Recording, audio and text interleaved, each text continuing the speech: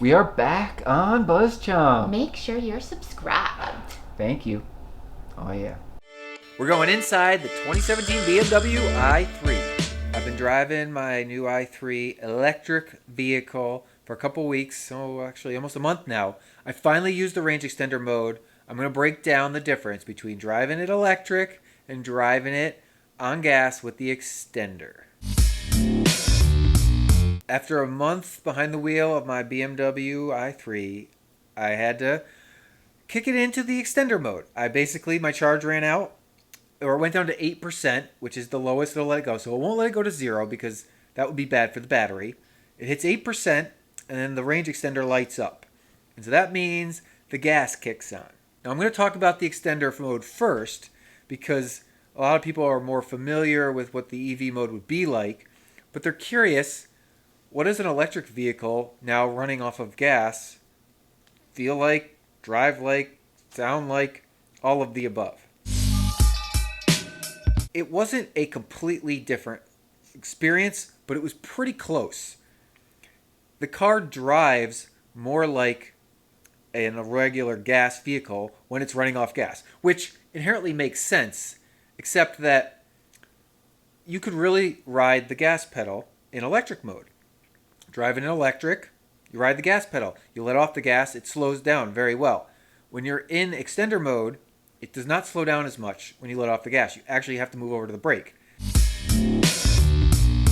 In the extender mode, you let off the gas pedal, it does not slow down as much. This car does not drive the same as when it's in electric mode. So extender mode drives a lot more like a regular car on gas would. It zips more.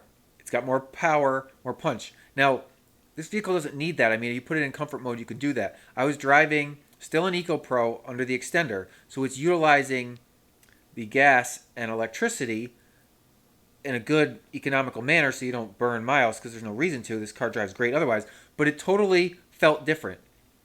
The car makes a lot of noise now.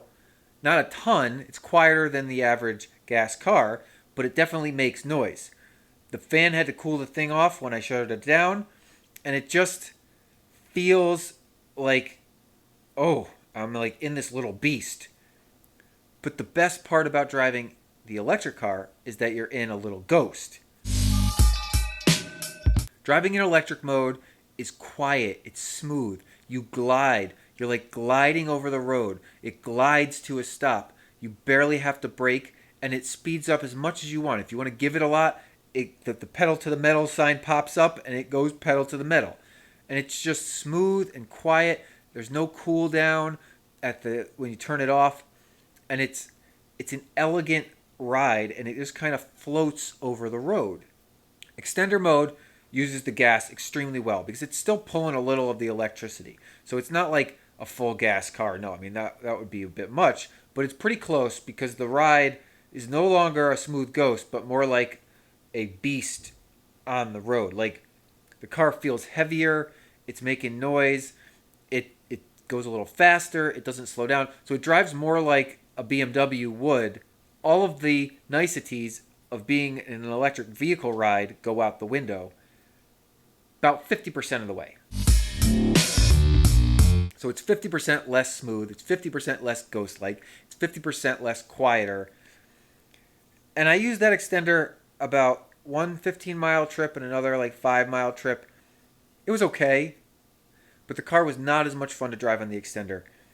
I truly noticed a significant difference, whereas I absolutely love driving this i3 2017 in the electric mode. I mean, it's an electric car. That's what it's made for. It was designed for, and it feels like it's floating on air. Still drives better than most regular vehicles. I mean, but it doesn't drive like a regular BMW, and it doesn't drive as cool as the EV mode. It's an emergency, the extender. I wouldn't recommend filling up your gas tank and driving around your EV on the non-electric mode just with the extender. I mean, you can do it, but the car keeps prompting you that you should charge it and you don't want to harm the battery if you don't. I gave it it was like 12 to 15 hours at least before I charged it back up. Like, it's not the end of the world. And actually, funny thing, when I went to go back into my car to take it to the charging station, it had actually regained power overnight, and I actually got about 4 miles before it kicked the extender back on. So this thing recharges itself overnight, which I knew but then I get to witness it, which was awesome. That's my breakdown of range extender mode versus electric mode. This is an electric vehicle. The electric mode is infinitely nicer. The extender mode is nice, but it does feel like a different automobile. But to have it as an emergency backup was tremendous because, I mean, I'll get into this through another vlog. There are lots of charging stations out there, but they're often occupied. And you don't want to have to sweat it if you can't get a charge. With the extender, you don't have to worry about it, but just know it's a different driving experience. Comment below, have you driven with range extender, without? Have you test driven the i3 yet? What are you waiting for? They'll give it to you all weekend, man. Just sign yourself up. Oh, it's so great. Love my BMW i3 2017. We're going inside the 2017 BMW i3. Tune back in More from Mandy and Dan. on BuzzChomp. Subscribe. Oh yeah, thank you.